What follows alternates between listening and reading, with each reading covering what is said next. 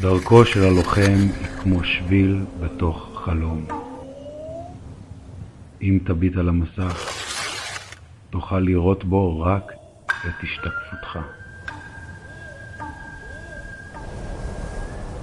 כל מעשה מלחמה מקורו בהטעיה. אומץ נטוע ביכולתו של הלוחם להיות כערפל מסמא עיניים. כצופה בריקוד הוא נע בשבילי המאמץ הנכון. תודעתו נפרסת לפניו כמניפת השנזי. מביט על הסיפור כמו ברגע שקפה בתמונה. למה אני מספר לכם את זה?